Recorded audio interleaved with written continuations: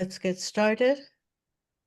So I'm calling to order the meeting of the Water Supply Planning Commission of the Water Management District, and it's July 1st, 2024.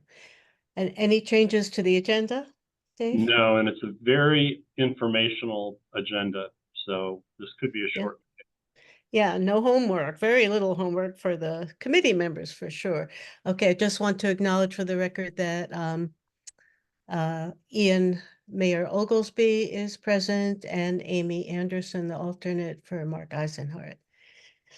Over to you, Dave. Okay, well, I'm checking to see we do not have any members of the public.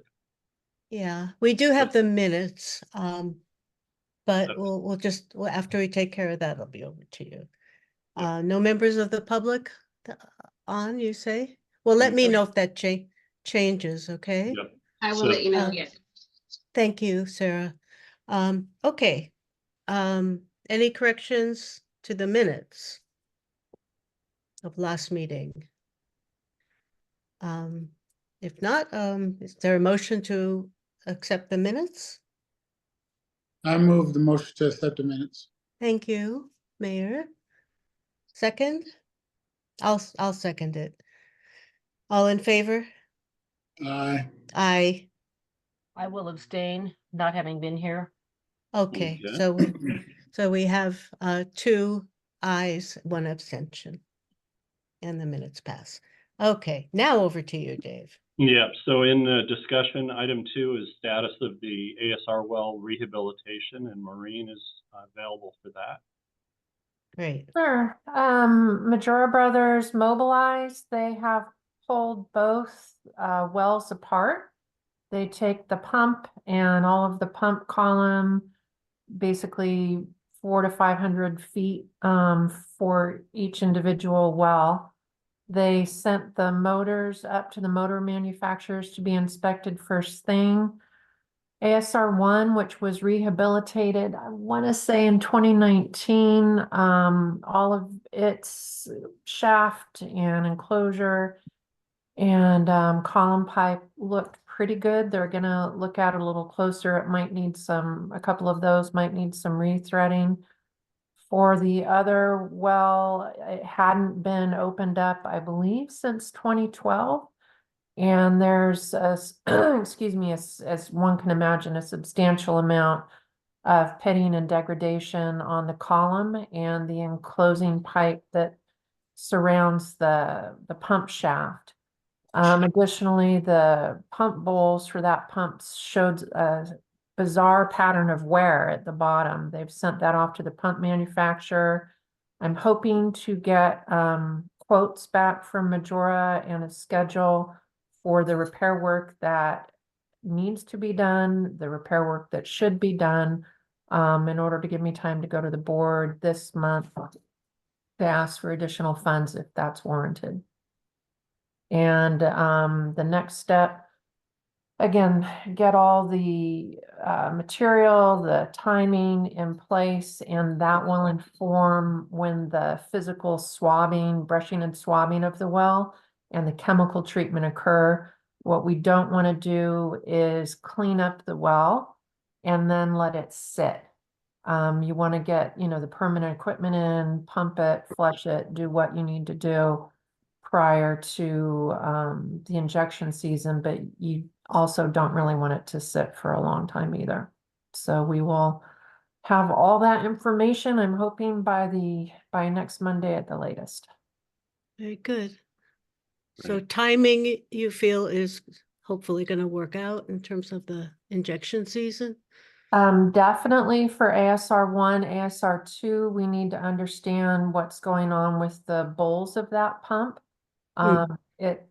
Everything else right now seems to be moving an awful lot better than it did 2 years ago. So I, who am rarely optimistic, am optimistic that the ASR2 will meet the injection season as well. Oh, let's hope. Thank you very much. Are there questions from or comments from committee members? I have one. Do I remember maybe incorrectly that CalAm is responsible for some of the fee on these wells? No, you remember correctly. It's an operations and maintenance expense, which is a pass-through. Okay, And thank you.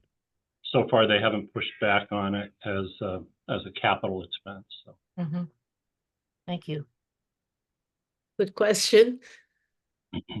Any questions from you, Mayor? No questions. Okay. All right, well, it was an informational report. If there's anything, is that it, Maureen? Yes. Okay, thank you very much. Guess we can move on to the next item. Yeah, the next item is also informational, but it's coming through the committee so that if you see any red flags, tell us now. Otherwise, we're going to bring it to the board to establish an administrative policy. So it's not a formal ordinance adoption or anything like that. But what we've discovered is for the well owners out in our public, mostly Carmel Valley, but there's several kind of in that Aguajito Road area surrounding the Hyatt and the Del Monte golf course. There's a few wells in the Highway 68 corridor, but anyway, every March, sometimes April, we report back on all the well owners and all of their production. And we do have an ordinance that every well needs to be metered. There are some grandfathered wells that are not metered, and they're calculated based on a land use method based on the type of pumping. But generally speaking, to manage the groundwater resources, you want metered results. So there is a requirement that every homeowner who's on a well meters their well. Typically, they report to us, but there are several hundred that choose not to do the direct reporting. So we go out and chase them down and read their meter for them. What we've discovered for the first time, we had a property owner say, it's a hardship for me to afford putting a meter on my well. And we're coming up on broken meters and other things that need to be replaced. And so we're concerned that if the hardship issue comes up, that we'd rather have them metered than not metered. And, these are simple meters, they're not complex. So they're usually, $500 or $600. And what we would do as the district is subsidize or fully fund the meter if the property owner can meet a low income test. Mhm. And what we're going to bring to the board would be the income test and the basic policy. And that income test will be a lot like what Monterey One Water uses, which is very similar to what Cal-Am uses for its customer assistance program. So budgetary impact is probably less than $2,500 a year, because I don't foresee more than 5 property owners even trying to get the assistance, but certainly qualifying for the assistance. So it's going to be a small number, but it's something we should have in place so that we can act. And that's kind of it in a nutshell. Just wanted to make sure you understand that we're working on that. And if you spot anything, let us know right now so we can adjust. Yeah, I just have a couple of questions. But first, do the other committee members have questions on this? No questions. Pretty clear. Thank you, Dave. Thank you. The meters last, what, 15 or 20 years, something like that? Yeah, they can last longer. A lot of these are out in the field. So, a maintenance person can do something dumb and break them, or you could run over it with a truck. Many of them, though, are protected in little housings and so forth. So it's a mishmash out there. But yeah, they can last 30, 40 years, but some don't. And so we would encourage replacement through the district.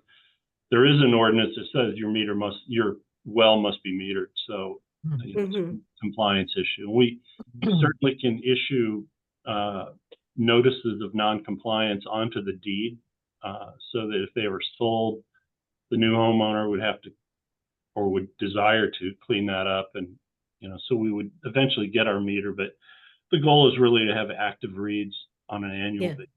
Sure.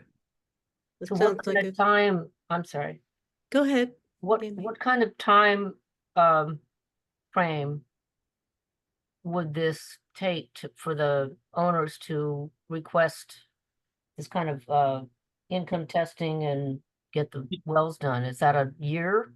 No, it's usually just how motivated the owner is.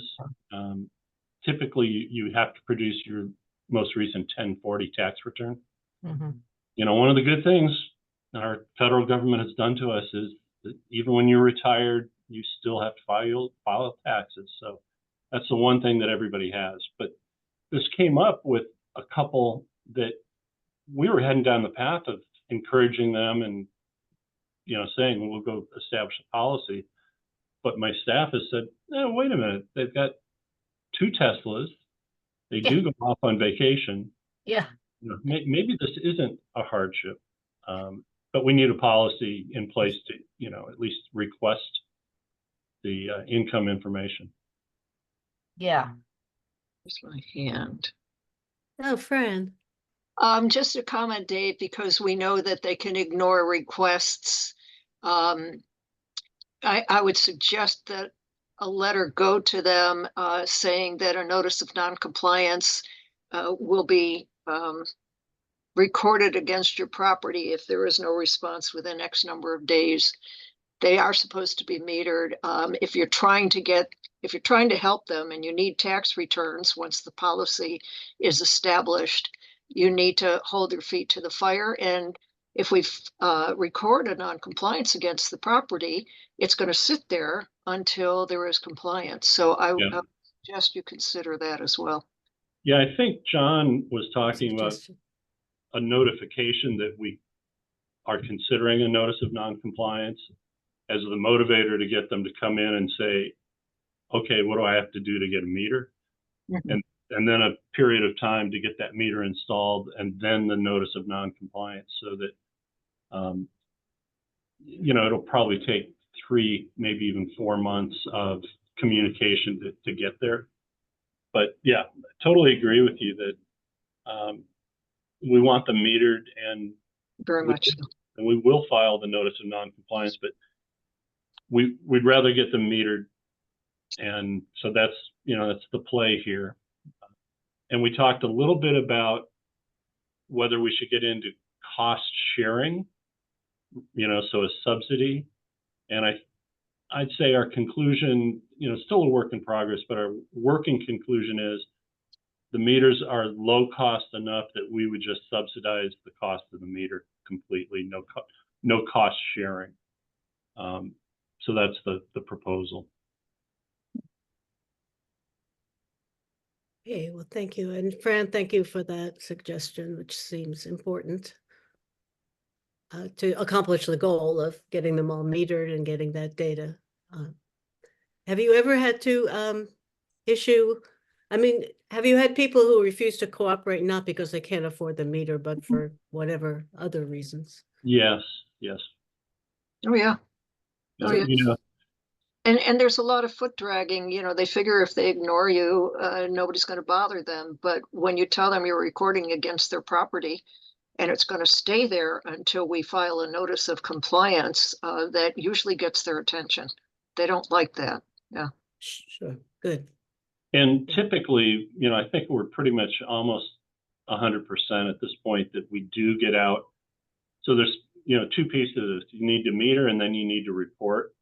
And our scofflaws who aren't reporting, or that report some unusual result where they probably read their meter wrong, we'll get somebody out there to read it. And then that's an opportunity for us to look at the condition of the meter. So we'll know if somebody's got a broken meter or still hasn't metered, that type of thing. So it doesn't go on forever. But as I mentioned, there's still a few grandfathered wells that are done on a calculation that don't have to have a meter, but when there's a change in property owner, then they are supposed to meter it. So, and we monitor all that. I think with our new meter program coordinator, Monica, she's a little more attuned to enforcement than her predecessor. So, and the hard part is, you're out there in the public with a property owner, and it can become adversarial. So I think that, one of the skills of this job is to have customer service out in the field, but you can't just let them go. And I think Tom may have gotten a little too lenient on some of these. And so it's time for us to enforce our own rules. There is a Okay. related issue, if I may, Madam Chair. Please. When we have an entire packet online for people who are going to be installing wells or whatever the new requirements might be. And one of the things we provide is a list of manufacturers of meters and costs. That list is from 1999. Oh, no. And I find it embarrassing, for us to be showing people prices from 1999. Now, Dave, you knew off the top of your head that, a basic meter would be $400 to $600. Well, that might be in today's money, but I'm just saying that was an issue that popped up recently on one of the matters that we were dealing with downstairs. So Yeah.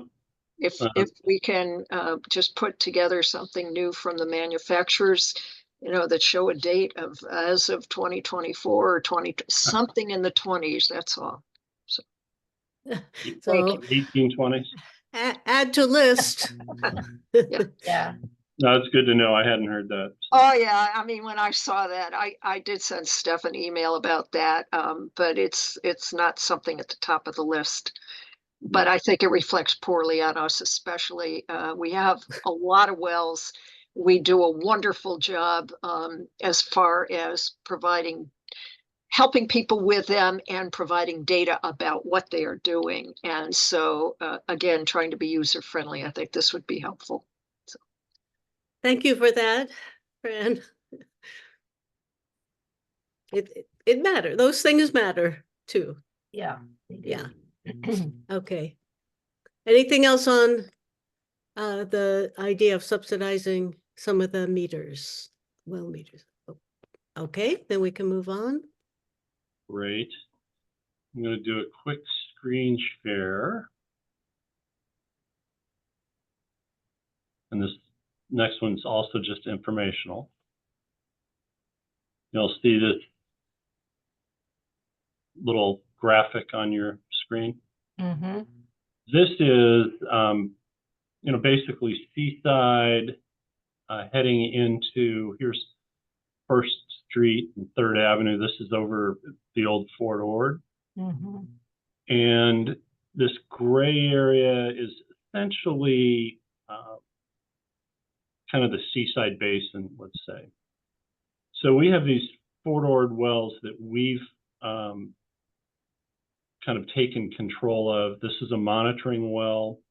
This is what's called the Sentinel well, because it's the closest to the coastline looking for seawater.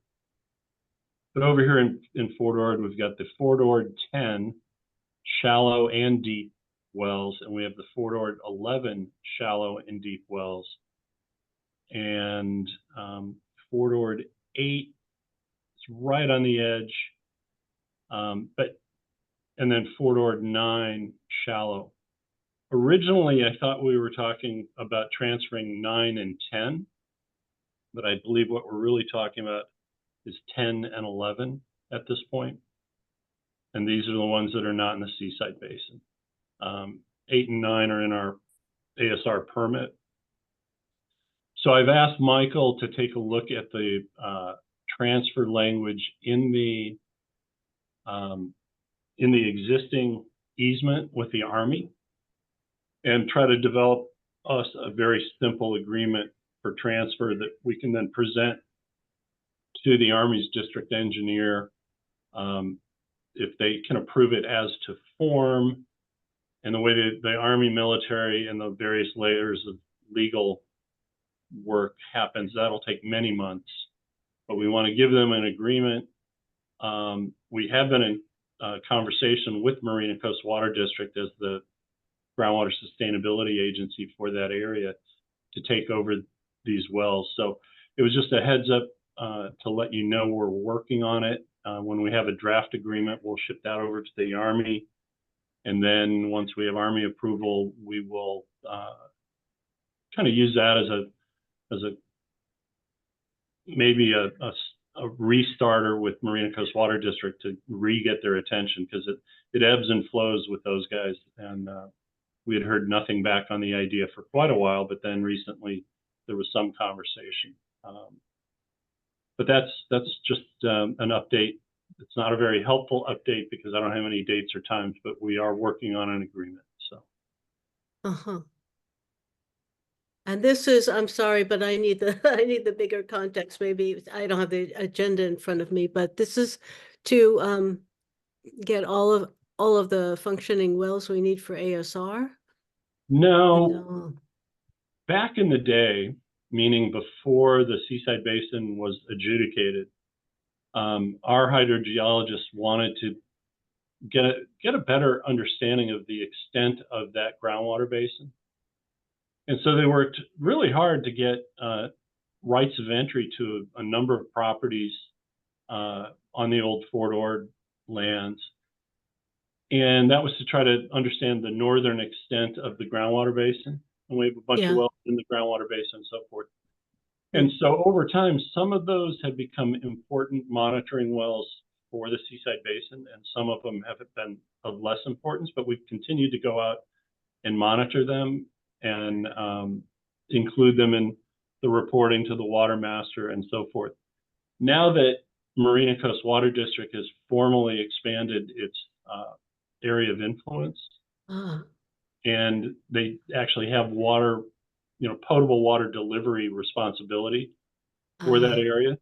The idea was the water master doesn't need that data, but it's helpful data for the overall region. Marina Coast Water District really wants the data and also has responsibility. So let's just turn over that responsibility for maintenance to Marina. Got it. Okay, now I understand. Thank you. Any questions? Okay, thank you, Dave. And what else have we got? I want to give you a quick update on the Pure Water Monterey. After I figure out where I just left it. Oh, brilliant. I closed it. Well, there's not much to report other than we're making progress. Let me grab it here. Okay. There's a couple of things. Yeah, I didn't put the agenda in front of me. I looked at the agenda and saw that it was all verbal reports, so I don't have it in front of me. Yeah. I didn't get anything more than that. No, and there really isn't much more. So, but I just want to let you, so they have the same drilling subcontractor we have on our ASR rehabilitation. So Majora Brothers just, they're all over that hillside. So they're completing a new deep monitoring well, and then they have a rig with, it's called a reverse rotary drill rig, but they're installing deep injection well number 5, which had both conductor casings in the upper portion of the well. And so they're going all the way down with a pilot borehole of about 1,100 feet. So we're making really good progress. Everything's on schedule. There's also a 1.9 mile, 24-inch diameter pipe that's going to connect these new wells. It's called the Eastern Well Field, to the kind of existing plumbing with the Black Horse Reservoir.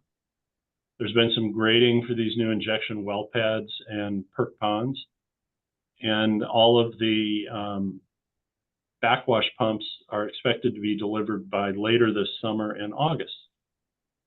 Major electrical is not going to show up until spring and scheduled for March of 2025. But there's no indication of any construction delays at this point. On the actual advanced water purification facility site, which is you know, up there where we've all toured the previous base project.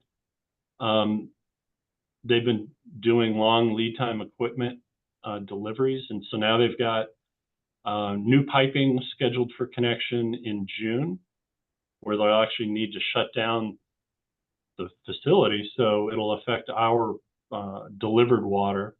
But that's only about an 8-hour time frame, so it shouldn't affect the total monthly delivery. And that was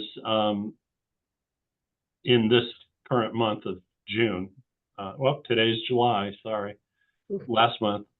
And then there's some new ultraviolet treatment that were delivered in May that are ready for installation. So everything there, which is, you know, the microfiltration and reverse osmosis, those membrane units are due by August. So almost everything's going to be delivered this calendar year.